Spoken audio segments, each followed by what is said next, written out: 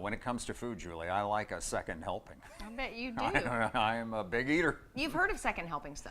Yes, I have, although I think there's more probably to it than what I realized. There is. They repurpose food and feed thousands. Also, they have a culinary school. Did you know that? Yeah. I'm just, how do you repurpose food? That sounds interesting. Well, you're going to find out in this segment, and you'll find out all about second helpings.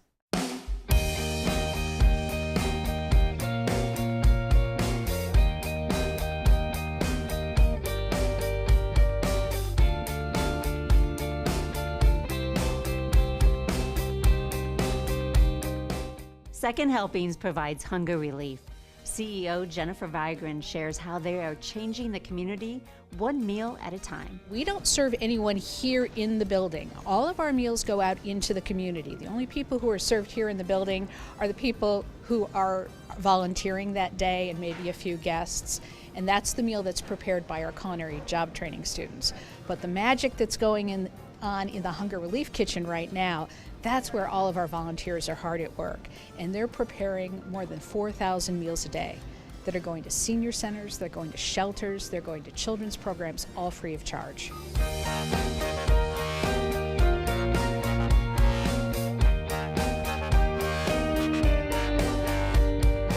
We run about 30 volunteers on a shift normally every day, so meals could not be done without them.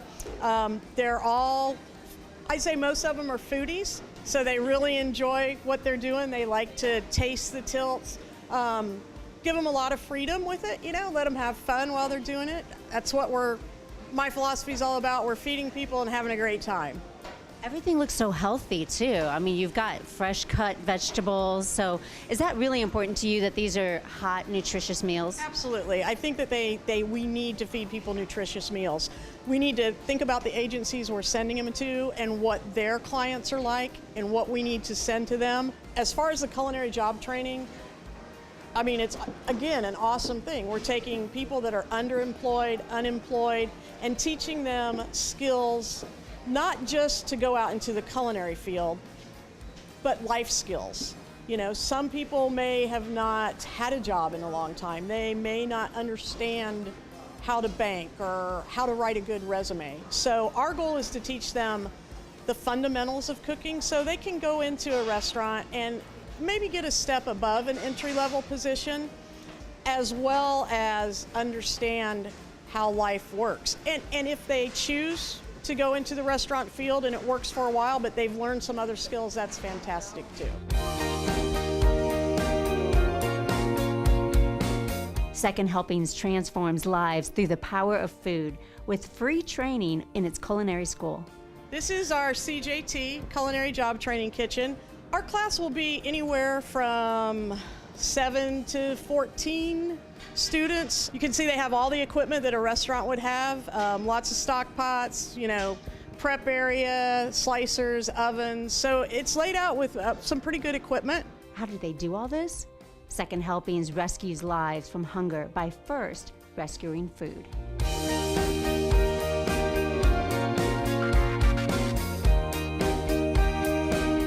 On track to rescue 2.5 million pounds of food this year. So it's food that would have otherwise been wasted, but we get to turn it into 1 million meals and train adults with it. I love the term, even the way you phrase that you rescue this food. So tell us a little more about that story, the rescuing. Sure, so it's food that has either been overproduced or over-ordered. So as you can see, it's all beautiful things, but maybe they couldn't sell it, or perhaps the box was damaged, but the product's still good. So we'll come and get it. We pick the food up in refrigerated trucks. Food safety is number one for us. We'll bring it back to Second Helpings, sort it, decide what we can use in the meals, and then what we can't use, we will redirect to food pantries and other places that can use it. More than 700 volunteers, most of them boomers, help make and distribute the food to locations throughout Indianapolis. I've been doing this for 13 years, every Friday, and plus some extra things when they have fundraisers and stuff. I just love it. You have an apron on. What do? You mainly cook in the kitchen? Whatever they have for me to do. Chop food, dice food, make, dish up food to send out. I do about everything that I can handle. And the volunteers I work with, I feel like I've known them my whole life, you know, so it's good. If you ask the drivers, they'll tell you they've got the best volunteer job, although just about every volunteer in the building will tell you they have the best volunteer job. But they get to go out and take those nice hot meals to the child care centers and to the after-school programs. And when you talk to those drivers, they'll tell you there is nothing more rewarding than seeing where those meals are going. I imagine the happy faces and knowing that they're getting warm, good food. Yes, and the kids who are all excited going, "What's for lunch today? What's for lunch today?"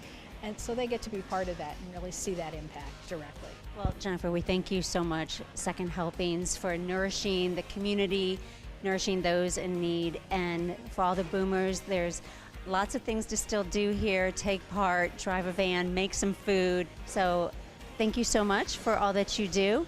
And I'm Cheryl Mathis with Boomer TV.